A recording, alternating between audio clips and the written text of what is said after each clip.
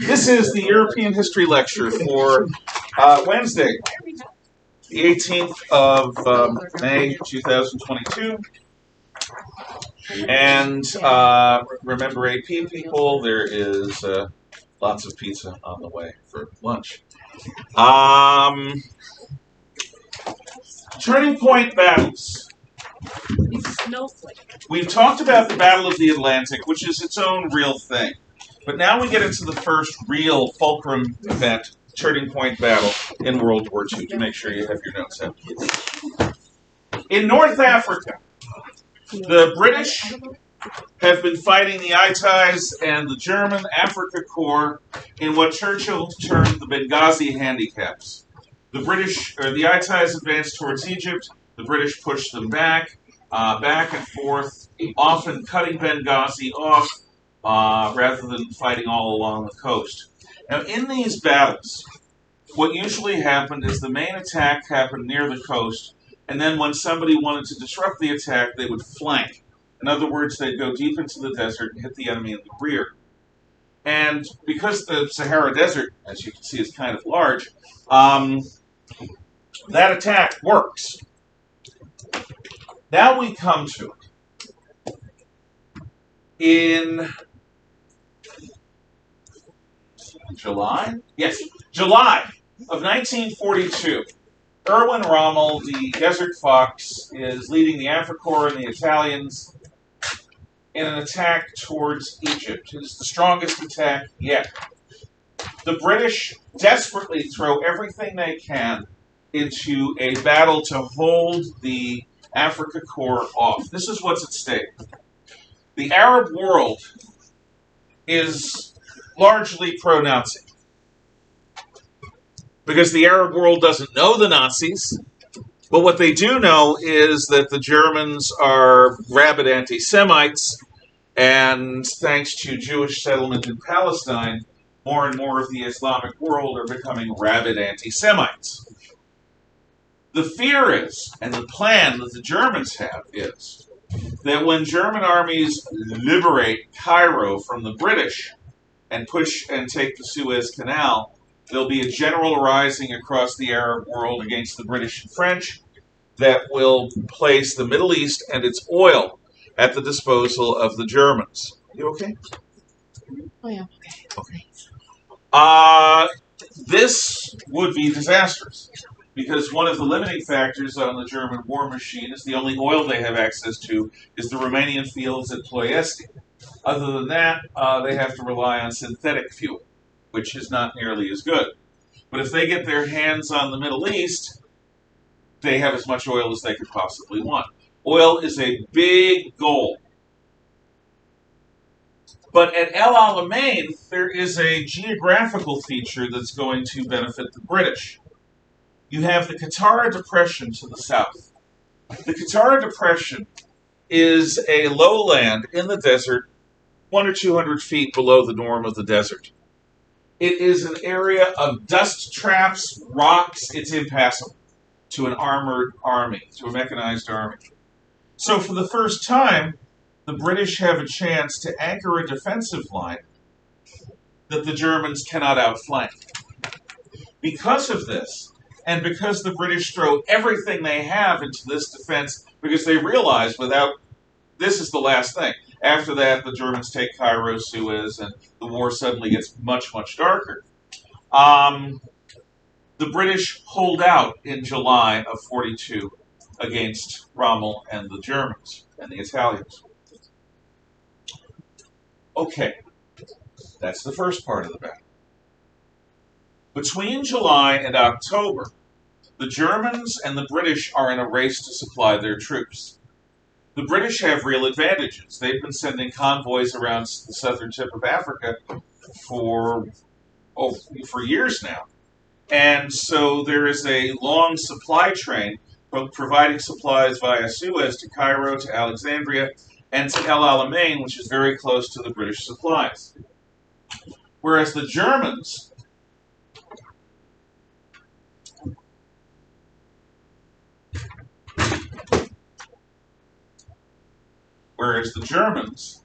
have to supply from Germany through Italy, across to Tunis or to Libya, and then by road all the way to El Alamein. This is a much longer supply line. The British hold the island of Malta, which is an unsinkable aircraft carrier. The British have submarines, ships, and aircraft that are intended to wither the Italian supply lines and the German supply lines, making it much harder to supply Rommel than it is to supply the British. The British also get a new commander, Bernard Law Montgomery. Montgomery is the greatest British commander in Europe in World War II. He's an annoying person. He's difficult to work with, and he's not always right. But he is brave, and he is willing to engage the enemy without fear, which is something a lot of other British commanders at this time have difficulty with. In October of 42, Montgomery is going to launch a series of attacks at El Alamein to break Rommel in a classic World War I style battle. Up until now, the tank and the aircraft have dominated battle. But the British have stockpiled so many supplies here. Yeah, they've got tanks and they've got aircraft too. But they also have a massive, again, almost World War I style artillery force to bombard the enemy. That artillery is going to make the difference. Montgomery is going to revive the power of gun artillery over ground forces. That's at least his plan. What I'm going to play for you now is from the documentary propaganda film Desert Victory from 1943 about the second battle of El Alamein, which is the turning point battle, well, the second part of it. Please shut the fan, close the light. Shut the fan, close the light.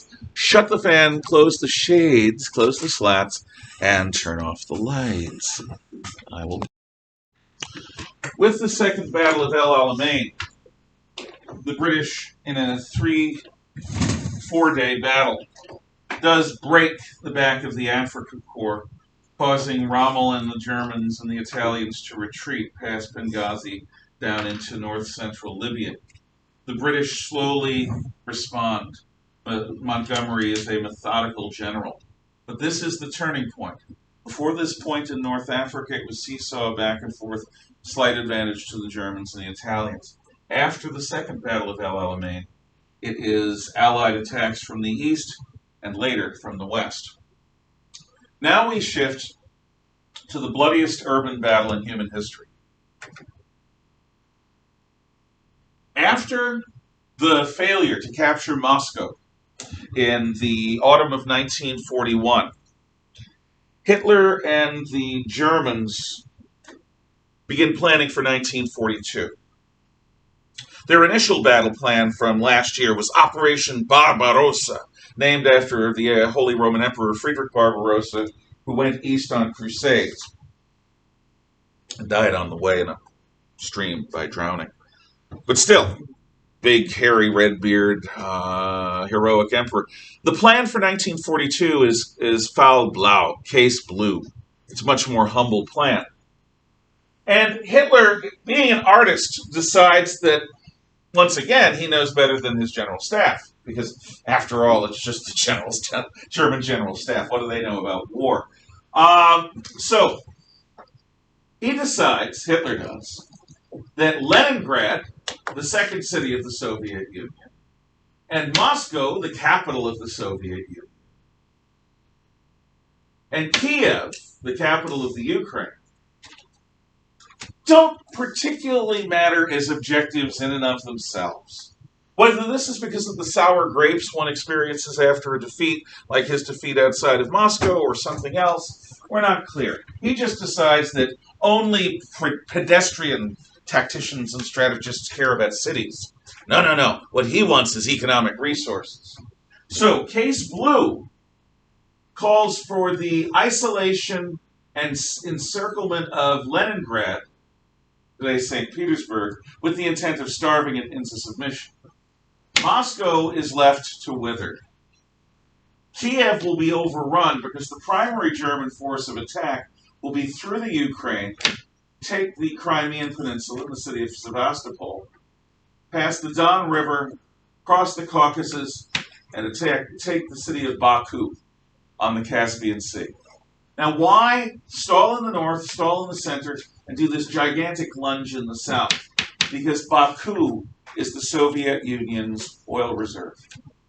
It has much more oil than the Germans have access to in any other way. So, this is what happens. Leningrad is isolated for a 900-day siege where cannibalism becomes the norm. Moscow remains in Soviet hands. It's not even contested by the Germans. However, south of the Pripyat marshes, from Kiev to Kharkov to Rostov-on-the-Don, the German armies advance. Sevastopol is taken with some of the largest artillery ever used in battle. And the Germans are going to move south to the Caucasus and Baku. But to do that, they need to guard their flank. They have a massive flank, stretching from Lake Ladoga to in front of Moscow, and then east to Stalingrad on the Volga. So the German 6th Army is tasked with taking Stalingrad. This is the Don River, this is the Volga River. They come very close to one another. Stalingrad used to be called Tsaritsyn, city of the Tsars. It's today called Volgograd, city on the Volga. But it's the age of Stalin. So Stalingrad, it's actually a place where he did take part in the Russian Civil War. So the 6th Army is tasked with taking and holding Stalingrad and using basically the Don River and Stalingrad and the Volga River down to Astrakhan as the frontier. That's what Hitler is planning so that his real forces can go after Baku. These are huge distances. And Hitler decides to order the mobile forces, the mechanized forces of the 6th Army, to peel away before they get to Stalingrad and join the attack south. So the 6th Army, the army that took Paris in the attack on France in 1940, is now at half strength when it comes into the Stalingrad area. Stalingrad is on the western shore of the Volga River. The Volga is like the Mississippi of central Russia. It flows into the Caspian. It is a large river. It's an important river. On the western shore, there are cliffs and there are major factories, including tractor factories, tank factories. In many cases, tanks are built in the factory and sent into battle 3 or 4 blocks away. Stalin decides, after having lost over 1 million, maybe 1.5 million men in 1941, and after having lost almost that much in the taking of the Ukraine and Rostov, that his city, which by the way is not the only city of Stalingrad, there's a city called Stalino, which is down here in the eastern Ukraine, and it gets taken. But Stalin says, not one step back. The people of Stalingrad will not be allowed to evacuate. They will maintain their lives in their homes. If they have to live in their basements, so be it. The Red Army will move every effort not to allow Stalingrad, the city of Stalin, the city of his victory in the Russian Civil War, to fall to the fascist forces, the Hitlerite invaders. Stalin rarely calls them Nazis because Nazi means National Socialist, and he, of course, is a communist socialist. In August of 1942, the German forces move into the outskirts of Stalingrad. But they do not take the city by storm. Early in the attack, the German commander, von Paulus, orders the flattening of the city. So German bombers, dive bombers and level bombers, turn what was a dense packed city into piles and piles and piles of rubble. This is the first real urban fight that the Germans are going to be stuck with. Usually they can go around cities, but the decision is to take and hold Stalingrad as the linchpin of the defensive line to protect the attack on Baku and the Caucasus. The Germans are used to blitzkrieg, lightning war.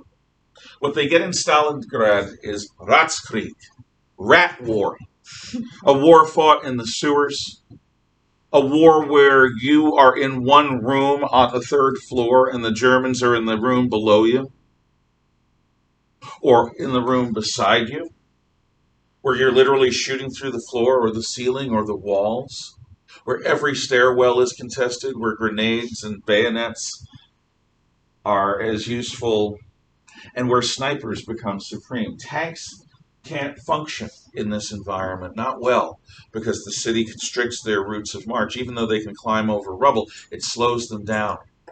The kind of highly technical mobile warfare the German army becomes expert at does not work in Stalingrad. Stalingrad is a foot soldier's fight, a sniper's fight. Stalin's policy of not one step back consigns many of the people of Stalingrad to death. And the Red Army pours men desperately into Stalingrad like a fire hose spraying at a skyscraper ablaze. Desperately trying by sheer force of volume to staunch the German attack, to stop it. Lights, please. What we're now going to see are the opening scenes from the film Enemy at the Gates, which does a good job of showing this event. Well, there we go.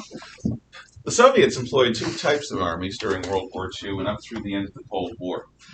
The good kind of unit is called a Guards Army. Guards armies had the best weapons, they were led by the best officers, they had the best training, they had the best equipment, lots of armored vehicles. Guards armies were the elite of the Red Army. Then there were shock armies. Zaitsev was part of a shock army. Shock armies are intended to press the enemy with human wave attacks. Basically, they are men that are being spent like machine gun bullets to try to kill as many of the enemy as they go on their terminal course as possible. The NKVD, the Soviet secret police, who ran the commissars in the army, had a few jobs. One of the jobs was to act like an army chaplain in our force. A chaplain is a priest or a minister or an imam, and their job is to tend to the spiritual needs of the soldiers. Well, in a communist society, what you've got is commissars. They do sort of the same thing. Their second job is to motivate soldiers to fight. Their third job is to kill anyone who doesn't obey their orders in a way that will send a message to anyone else who doesn't want to obey their orders. When I was of military age, the strategy of shock armies in Europe was to have the shock army move into the West, followed by forces of NKVD killers who would kill any Soviet soldier that was not moving quickly enough. What you saw there was the same thing at Stalingrad. You saw a Soviet shock army poured at the Germans, basically to force them to expend ammunition, to kill a few maybe, and to keep pressure on. And any member of the shock army that did not fight to the death was then killed by their own political commissars. That was typical. Not all Soviet units did that. The Guards units did not do that, because the purpose of the Guards units was to fight a battle of mobility with skill. The purpose of shock armies, very different. To press the enemy, to overwhelm the enemy. The story of Vasily Zaitsev is a true one. And the movie Enemy at the Gates does, for a Hollywood movie, an amazingly good job of history at telling his story. It also does a good job of showing what Stalinist communism was like. And it's, if you haven't seen it, I highly recommend it. It's a very good film. Stalingrad is the turning point of the battle in the Eastern Front of World War II's European theater of operations. Both the Germans and the Russians were fighting to win. Neither one of them was willing to give up gracefully. It became a personal contest of wills between Hitler and Stalin. And tomorrow we'll talk about how it proceeds. Questions, comments, thoughts? Okay, you may talk amongst yourselves until dismissal. That was brutal. Oh, yeah. The bullet